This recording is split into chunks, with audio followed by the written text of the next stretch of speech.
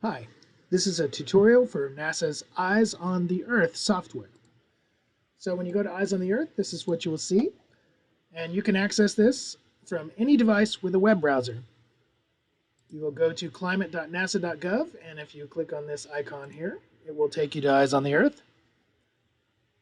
Or you can go to the Eyes homepage, which looks like this, at eyes.nasa.gov, and scroll down to Eyes on the Earth and click it, and it'll open up in a new tab on any device, your mobile, tablet, laptop, desktop, any operating system, anything with a web browser and an internet connection, and you are good to go. So when you open it up, this is what you'll see. You see Earth as it looked the day before, in this case, March 27th. Today is March 28th, 2023, and what we're looking at is a real-time 3D simulation of many of NASA's Earth science missions in orbit.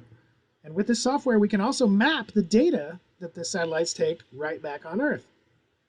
So to start out with, let's click on Satellites Now. I'm going to go full screen here. So with Satellites Now, this is where they are right now, this very second. So if you look around the globe, this is where each of these satellites is actually at. They are still moving quite quickly, but we're at 1 second per second right here. We can, of course, speed it up. 2 minutes, 5 minutes per second. That gets a little crazy. So let's go back to real time. And then anyone you want to see, you just click the label and in you go. So let's find the International Space Station. Here it is. It's on the dark side of Earth. So let me click on it and you'll zoom into the 3D model. So there it is. There's the space station. You just click and drag and you can zoom in with your mouse wheel and have a look at it. This is a very, very interesting spacecraft, very popular. You can see there's other science missions on it, like EcoStress, and EMIT, and OCO3. It's kind of hard to tell how big this is, so we have a little feature here called Compare Size. Let's put up a school bus, and you can kind of get a picture of how big this thing is. So there you go. That's a school bus compared to the space station. So we've had astronauts on board for 20 plus years, and we do a lot of good science there. So you can learn about it here by expanding the label, and then we can go back to Earth as it is now. So not only can we see the models, we can see the data that they take. If you want to see any other mission, you go to the missions menu, and here are all the missions available in Eyes on the Earth. Each one will be connected to a data set if it has it. So for example, Grace Follow-On. This is a very interesting mission that measures the fluctuating field of gravity itself. 2 spacecraft following each other. You can also click on the data it takes related right here. So that is a global map of the gravity field from November 2022. Where it's red, that means there's less weight or mass. Where it's purple, that means there's more weight or mass compared to a previous baseline. And then we can actually animate this data. So if we go back in time, let's just do a few months here. So you can see the Amazon rainforest gets heavier with purple and lighter with red. And what that means is water and ice movement. So water and ice is the dominant factor that changes the gravitational field itself. So very, very, very interesting mission. And we monitor all kinds of vital signs, as we call them, of Earth. You can see shortcuts down here at the bottom. Let's just go to carbon monoxide, and we'll do it through the vital signs menu right here. So carbon monoxide is an indicator we get from fire. So you can look around the globe and see carbon monoxide concentrations at 18,000 feet in the atmosphere. Obviously, there was some fire over here, and we can go back in time and see where that came from. So if you go over here and click Animate this data, you can see.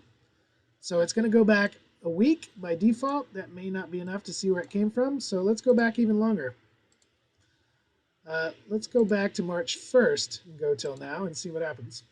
Let's see what March 1st looks like over there. Okay, it looks like it was from sub-Saharan Africa.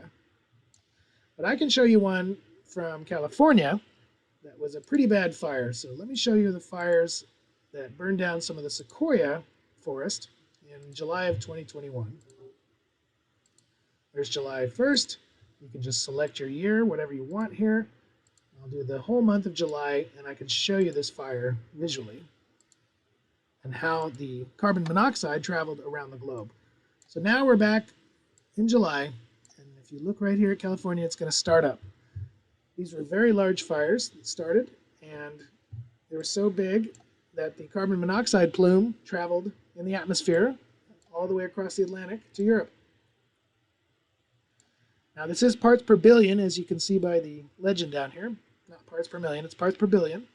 You can also see there's fires in sub-Saharan Africa, probably slash and burn agriculture. So this is a visual way to check out your home planet, see how it is doing. So let's go to surface temperature. This is a pretty simple one. What's the temperature globally? Anywhere I click, it'll tell me. That's Fahrenheit, but you can change it right here to Celsius.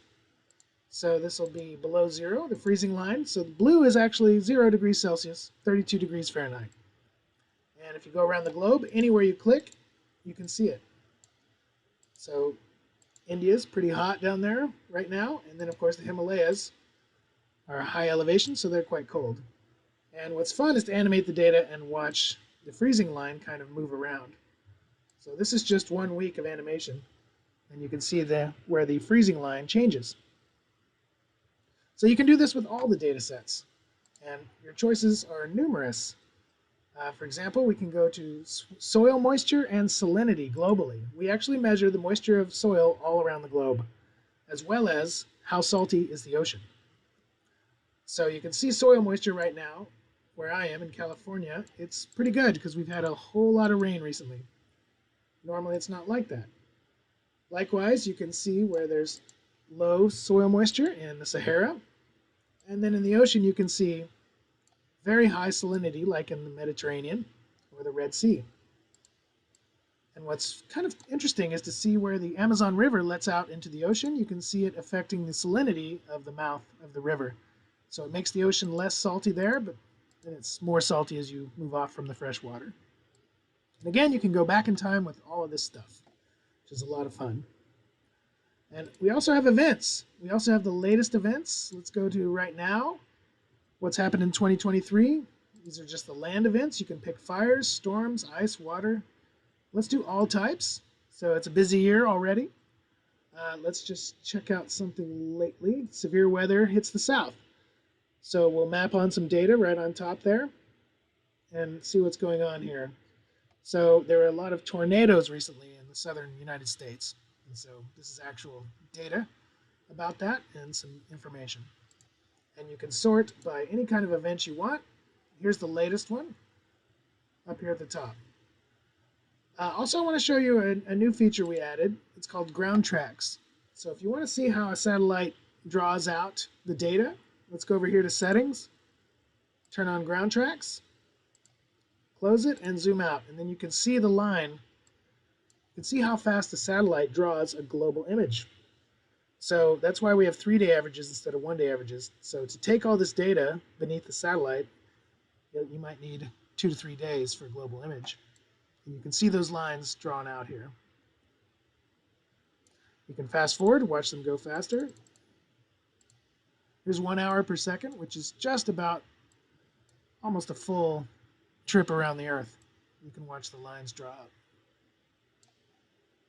All right, so that's ground tracks. And then finally, I want to show you a new feature. We've added videos, data animation, and graphics. So if you want to see a certain event as a movie, such as atmospheric rivers, you just click on it. This will show you a global map of high precipitation events in the atmosphere called atmospheric rivers. So this is from 2017 when we had a large amount of precipitation hit the western United States. But you can see them all over the globe. Here they are passing through the Atlantic. And then at the South Pole, you can see a lot of them moving around. So that's a fun video. You can also see certain charts of interest, such as global carbon dioxide. So here's carbon dioxide over 800,000 years. You can see it always went up and down, but it never crossed 300 parts per million. And now we are at 418 parts per million, only in the last 150 years or so. So charts like that are available to better understand your world. So that is Eyes on the Earth. Please check it out. Have fun.